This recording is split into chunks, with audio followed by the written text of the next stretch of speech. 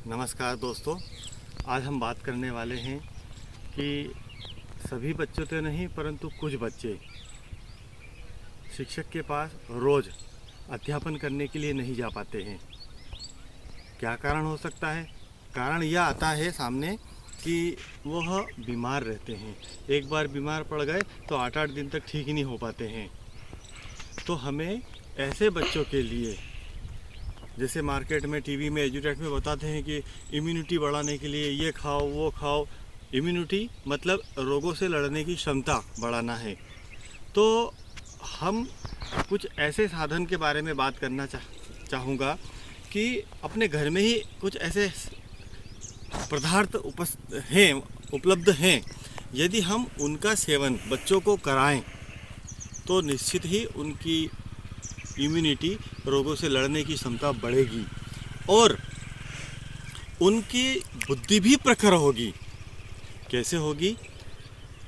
सकरात का समय है, अभी अभी 2-4 दिन पहले गई है। तो ये जो जनवरी माह होता है, इसमें सूर्य अपनी स्थिति परिवर्तित करता है। इन दिनों तिल और गुड़ से बनी चीज़ें खाने से विशेष लाभ होता है और इम्यूनिटी भी बहुत बढ़ती है तिल खाने से। तो हमको एक बच्चे को कम से कम आधा किलो तिल उसके शरीर को लग जाए, ऐसी कुछ व्यवस्था करें। अब कैसे खाना, सामान्यतः गुड़ में मिलाकर उसकी तिल पपड़ी बना के खाई जाती है, तो ऐसे ही खा लें। और तो दूसरे व्यंजन बनते हैं परंतु वह स्वादिष्ट नहीं होते हैं, तो वो बच्चे खाने में आनाकानी करेंगे। तिल पपड़ी बड़े ही शौक से खाते हैं।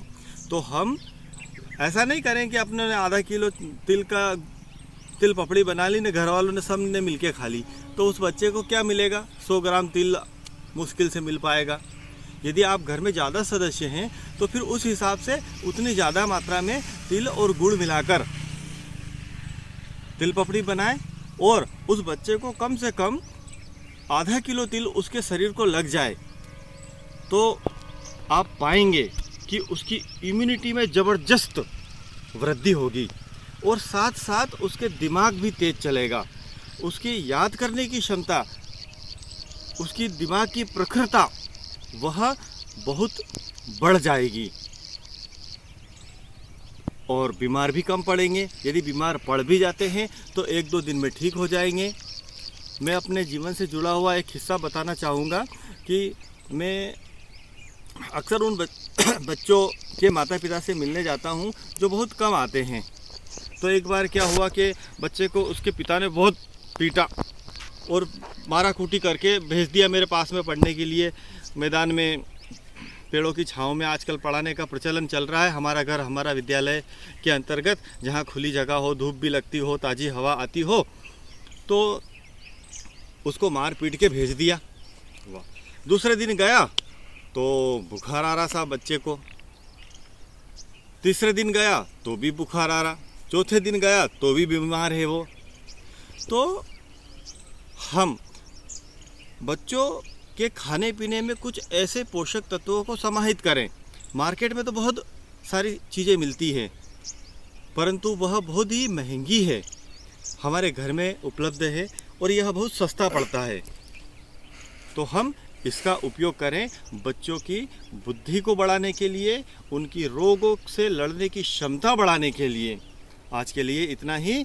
साथ में मैं एक बात कहूँगा कि यदि हमारी बात आपको काम की लगे तो इस चैनल को सब्सक्राइब कर लें और पास में लगी बेल आइकन घंटी को क्लिक कर दें ताकि आने वाली नई वीडियो आप तक समय पर पहुंच जाए। और यदि यह वीडियो आपको अच्छी लगी तो दोस्तों के साथ भी शेयर करें।